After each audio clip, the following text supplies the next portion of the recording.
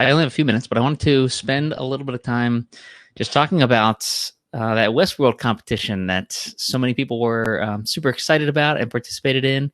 A lot of VGM Academy members actually have been sharing their tracks on roundtables in our members community, which has been awesome. And um, I was kind of out of touch with the internet over the weekend, busy with kids, and I came back to first of all listen to the winner, and also just catch up on the massive, overwhelming response to to who won and their music and why they won and all that stuff. So I just wanted to talk about that for a moment. Might give my thoughts. First and foremost, I wanted to give my congratulations to the winner. I also really wanted to express my excitement over the fact that a signature video game sound made its way into such a mainstream contest, which is, I think, really exciting. I think that video games and the sort of bleeps and bloops. I'm going to sneeze.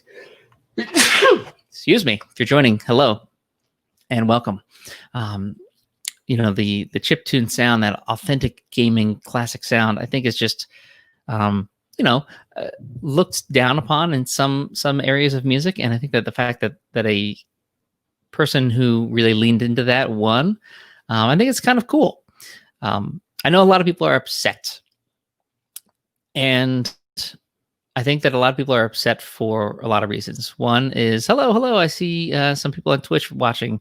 Sup, M. Loper Fido. I don't know how you want me to say that, but hello. Hey. And J. Stafford M. Hello. So, yeah, I mean, I think that the amount of bitterness, I think, is just toxic in response to the win. Happily, when I went on Twitter and saw the guy post that he was excited to have won, I didn't see a lot of people like responding back to him specifically in a negative way. But the amount of toxicity on the YouTube channel for like the winning announcement, I was a little taken aback by. For one, I think we have had enough of that this year. I don't think that does anyone any good. I think that 2020 has been a difficult year, and there's no point in making it any harder. It was a free contest. People could voluntarily take part. Your odds were not that good. That's just the reality of contests. We've got thousands of people entering. Your odds are not that good. And so, and that's fine. No, that's okay. But I think you've got to I don't know. I was really upset to see the response. I think that I don't know what people's expectations are. When I see people in groups and communities of people getting that upset, there's usually a disconnect between their expectations and what happened. And the greater the distance between their expectations and what happened is, the more upset they are.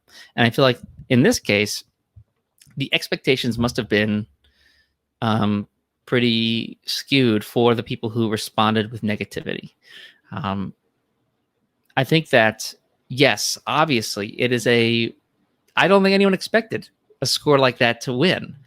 But I also, if you think about the mechanics of the contest, think about the people who have to sit there and listen to entry after entry after entry. Now, realistically speaking, do I think that the panel of judges listened to 11,000 entries? Absolutely not. And if you expect that, and if you think that they did that, I think that you're kidding yourself, because they don't have that kind of time probably. But what they probably do have is they probably have access to a team of people who can go through those, and they can do several passes. First, they can do an easy pass of is this just not up to quality? Done. Get rid of all those. And you're probably getting rid of a good percentage of the participants when you do that first pass. I got a lightning storm going on right now, so if I cut out, that's why. Yeah, there's the thunder, if you can hear it. And then, you just have to keep narrowing it down more and more. There are probably specific things that they were looking for, specific things that they weren't looking for. There's probably, some really easy disqualifiers that they used as filters, which is, going to happen with anytime you go for any job. So I think that is an incredibly realistic situation where you've got a, like resumes too. When you apply for a job online, the first person that looks at your resume is probably not a person. It's probably a computer that just weeds you out based on words and criteria, just as a pre-screen before they move on to the people, because usually online jobs get just so many applicants. It's just not realistic to have someone or a team of people look through hundreds or thousands of entries. So, do I think that the panels looked at every entry? No. But I also think that there's sort of like a thing that I didn't really think of here. And I think that this is probably one of the reasons that this entry by David, I think Kubel was his name, had an edge. And the edge was that the people who did judge the contest did have to listen to lots of entries. And I know that the people who were even participating and competing were like, here's another one. I know everyone's heard it, but like, here's another one. Surprise. Like everyone kind of was like, oh boy, here we go again. Here's another Westworld. So imagine how the people who had to like actually listen to lots and lots of entries felt. So to have this kind of come out of nowhere and be extremely clever and probably brought a lot of joy to the listening experience that they probably didn't get on several of the entries that were preceding it, I think that probably gave this one an edge. It was very clever. Was it perfect? No, it wasn't perfect, but I think it was very clever. And I think it was fun. And I think that, that was the human edge on this one. Now, do I think that would ever have a chance of airing on the show? No, obviously I don't think. I think it was very tongue in cheek, and I don't think it's appropriate for the show. But at the same time, it was not to get the clip placed on the show. It was to get your score to win a contest.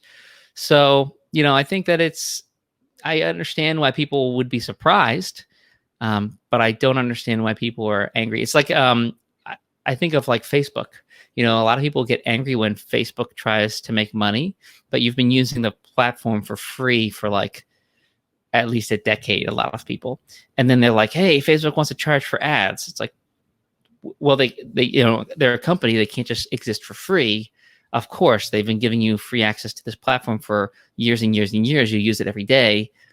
Don't be mad at them when they, have a business model. If you want to be mad at them for other reasons, sure. But I think that having unrealistic expectations for companies and contests and things like that is just, I think, silly. I even saw like Hans Zimmer wrote a response, and he was very pointed in his disapproval of people being negative. And I think, like I said, we've just had enough of that. I think it was a really cool exercise, just like the 21 days of VGM. I think it was a really cool exercise. I think that people probably grew a lot. I think that, there are some big learns here. I think that if you took several weeks to write the cue, that's an indicator of where you're at in your growth process, because that is not a realistic timeline for executing on jobs. I think that if you hung all of your hopes and dreams on this, that's like an emotional and mental kind of cue that you need to adjust your expectations and your mindset, which is a lot of people go through. Most people probably go through, which is also fine. So I think that it's a good learning experience, and I think that they ran a contest that was smart. They got a lot of publicity for it. Obviously, they gave away some free stuff to people, and I don't know. I just, like I said, I only have another 30 seconds here to wrap up, but thank you for listening. If you're listening to this live or if you're listening to this later, I don't know, respond in the comments and on the Facebook group here and tell me what you think. But I think it's cool, in summary, that we had a very video game themed entry win. And I think that it's just a bummer that so many people wanted to drag it down because it was not what they were expecting. So, just be positive, folks. I'm kind of like preaching to the choir here with the VGM Academy crowd, because this community is always positive and always super constructive. But I know also that we're going through a really tough time as a world right now. So just keep it positive, keep it, keep it constructive if you want, but and then just respond to that negativity that's out there, respond to that toxicity that's out there with empathy, with positivity, with constructive criticism if it's you think it's going to matter.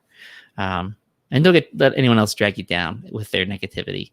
I think it was a cool thing. I think it was a fun exercise.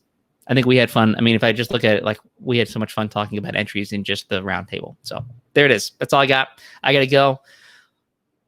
Leave your thoughts in the comments in the Facebook group post here if you'd like. I'm happy to hear the conversation develop and, respectfully disagree if you'd like.